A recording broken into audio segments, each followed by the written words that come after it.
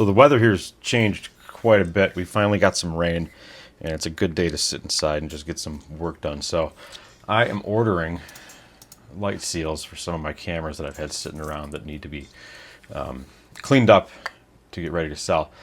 For this camera, the AE1 program, it's only $13.50 plus $2 for shipping to get all the light seals inside here, along with the ones that are on the mirror too, I believe. But I'll show you quick here. If you buy these cameras at estate sales, garage sales, 99% of the time, it's going to have bad light seals, and they'll sit down here in these channels. So that when the door closes, it doesn't let any light in. Right there, you can see it's, I don't know if that's showing up, but like it's coming apart. It's sticky, and if it's a good camera, if it's a clean camera, and if it's a working camera, then I'm going to go ahead and replace these light seals. I don't want my buyer to have to deal with it, unless it's a parts-only camera that holds some value not working. But typically what I'll use to get this stuff off, I'm not going to do it here right now, but I'll get some rubbing alcohol and a Q-tip, and I'll get that in there to soften it up. And then I'll typically cut this end, the wooden end, down, and that'll help me scrape the rest of it out. It really doesn't take too long, and you know, it adds a lot of value to what you're selling, especially if it's a higher end camera. AE1 program is going to sell all the time, especially if these light seals are done. A lot of people aren't going to want to do that. So if you're selling, you know, cameras at all, if you get into a couple, 2, 3, 4 a year, just try to figure out how to do it. Even if it's in a broken camera, it's not that hard. If you want to test it out first that way, because you will get more money for a camera that's all set and ready to go. So I'll sell this complete with everything except for a roll of film. I'll even include the battery for this one. And this one's actually nice because it's got the instruction manual for the camera, and it's got the manual for the lens. And also, something if you find them with a lens, 9 times out of 10, it's going to be a 50mm 1.8. If you find one with a 1.4, it's going to bring even more money.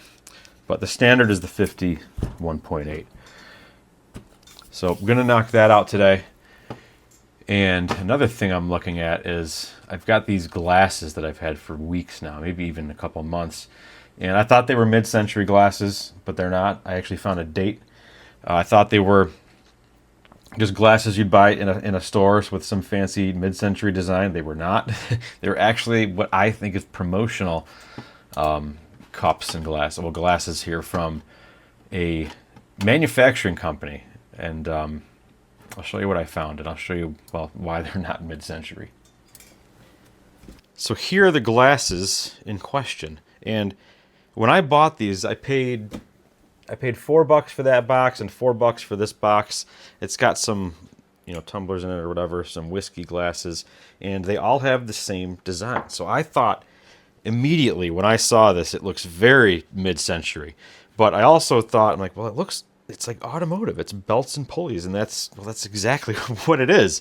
So they're not mid-century. They're not something that you'd find at a department store during that time period. I don't know if that's going to come out, but the date is December 18th, 1987. And I opened this up here. I don't know how I didn't spot that originally. And it says Mori Manufacturing Corporation. And they're still in business today. And you can see there's the logo printed on these glasses. And then it came with a business card here from the district manager. So this was most likely a Christmas gift sent to one of their customers in 1987. But I mean, I've bought a lot of mid-century stuff over the past 10 to 15 years, and you know, I would have said with 100% certainty if I saw these out, well, I did when I saw these out at the sale, that these are, you know, mid-century pieces, but they're not. A lot of people that are selling them are. There's a few on Etsy, I think. I didn't really look up the sold yet, but I'm not sure what I'm honestly going to sell these for now, because no one's got them listed as what they are. So pretty interesting piece. Something I'll probably never find again, but I'm still just in shock that these aren't actually, you know, mid-century glasses.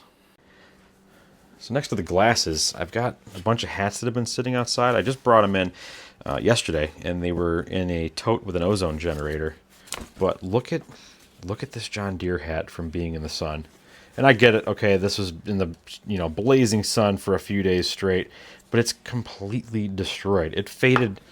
I mean, this hat looks like it's been outside for a year. So I mean, it's a little disappointing, and I'm not too upset about it because it's a newer hat. You can tell how the front legs here are curved, and on the older style logo, they'd be going straight out. So, come on, John Deere, what are you doing here? But the rest of the hats smell pretty good. They smell better than they did, and the ozone generator helps out a lot. But they're very clean. Other than that, you can tell they were just displayed. This person had tons and tons of hats that were just on display that they collected. So I'll throw up comps if any of these are worth any money. They were $1 a piece, so I grabbed a bunch of the cool ones here and was on my way. I've never seen this before. You see it's got a little bit of dirt on it. So it's a really cool hat, a Quaker State Porsche hat. So you're hitting two markets with that. You're hitting the Porsche market, and then you're hitting the old gas and oil collector market here. And I love buying stuff like that, especially die-cast, if it's related to a movie or some sort of a product. You're benefiting from multiple collectors wanting that one item. Here we got the scrambled eggs on the Norton Christensen Navigation Drilling Systems hat. The Syracuse Area Trail Riders Association. That is super cool. That looks 80s, maybe 90s. It's brand new. Who makes this? This one's made by Speedway. Look at the brim. It's just such good condition. And it's crazy because look at this. This sat outside with this hat too. And it's like foam. It's, and this is like a thicker material, but it just terrible quality. Everything new. It's just the quality goes down, and it's unfortunate. This hat's got to be 90s. You can see they even got the fade in the colors and the logo. Really good condition. Who makes this one? This is KC, made in the Philippines. This one's got to have some value to it. It's really, really cool looking. And I've still got these gross hats over here that I haven't even gotten to yet. I don't know how. Let me know how you guys clean these things, because I'm not trying to just throw them in the washing machine. And something like that with the sweat is, God, it's just brutal. It is nasty. This one's got some writing on it too. I don't know. Let me know your tips for getting these things clean. I'm pretty sure I need one of those little head mannequins so that I can keep the shape a little better when these things are drying. I've got to look into that. But man, those things are brutal. They're going to take some serious cleaning. So before I end this video, we'll keep it a little short. I've got a few cool things to show you. This is says standard on the front. It says Japan on the bottom, and I thought this was one of those flip-up travel clock things. I bought it at an estate sale for $1, and inside is this little transistor radio. Really neat little piece. Great presentation too, by the way. It looks really cool. I haven't comped this out yet. It was obviously well worth $1 to me because it's just super cool looking. I still got the light seal gunk on me. So change your light seals. You don't want your customer to have that crap all over them. But anyway, it says 8 transistor on the top, and then it says Micronic Ruby. The model is SR-H436. And then the top it says also, in some cool font there, 8 transistor. So it takes a battery, obviously. I gotta pop it open and see what it takes. It's got a little hook there, and it's got what looks like a spot for a proprietary headphone jack of some sort there. Well worth $1. I'll throw comps up if I can find any for this piece. I thought it was super cool. And hold on, we'll put this back in its sleeve because the sleeve's cool. The sleeve's really cool. So another estate sale, just a box of stuff. 1978 Watkins Glen Formula One team, Villager Kiel Swiss cigars. I love stuff like this, especially when it's still hasn't been used yet. Same house, another Watkins Glen sticker, and this one says, "Don't forget souvenirs for your friends." And then on the back it says, "Surprise package." I don't know what the surprise package is, but it says Save these valuable bags. Send 4 of these bags and 25 cents to Gags, Box 73, Bogota, New Jersey, and receive a giant surprise package. I have no clue what the giant surprise package is, but I'm kind of intrigued. I need to look into that some more. But this is a really cool little piece. It's one of those stickers you put in water, and then it would just, float up, I think, and you put it, I can't remember how they worked, but something that you almost want to get a frame for and just display, because the colors are great, the style is great. I probably wouldn't put it in water because it's more than likely going to fall apart, but I love finding stuff like this in boxes of random things. Speaking of boxes with random things, I picked up this at, this was another, like, not an estate sale, but they were collectors of just everything, and there were just boxes of just, it was just boxes of stuff, and I bought one of the boxes of all the paper, ephemera, stuff like that, and this was inside.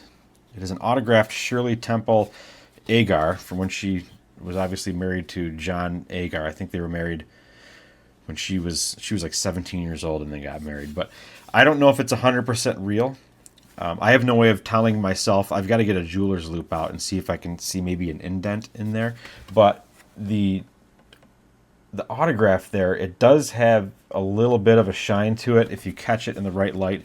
And there's some fading around some of the letters too. So I mean, if you catch it in some light, it's a little more shiny than the paper it's printed on, which makes me think it could be real. If it's done by her, I don't know. If anyone's an expert in this type of thing, let me know.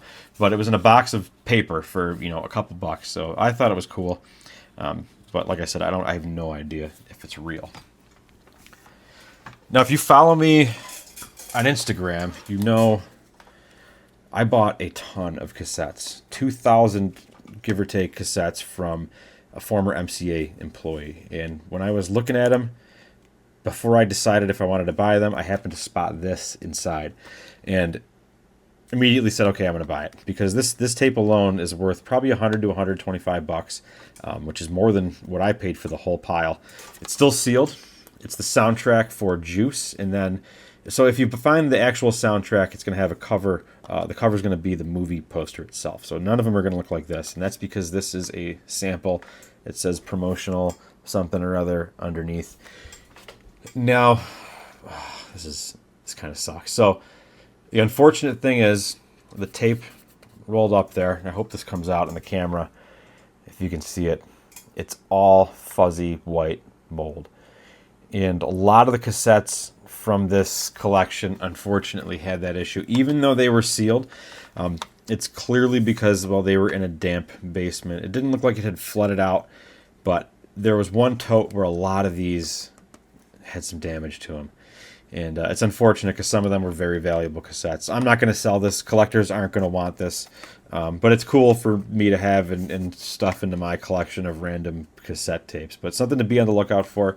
Even if you're buying sealed cassettes, there is a chance for mold to get inside and have the outside just look completely brand new. Like, it looks like nothing is wrong with the outside, and then when you get in there, you can see it's just caked with mold. It's disgusting. So something to be on the lookout for. But anyway, that's all I've got for this video. We'll keep this one a little short. Thanks for watching.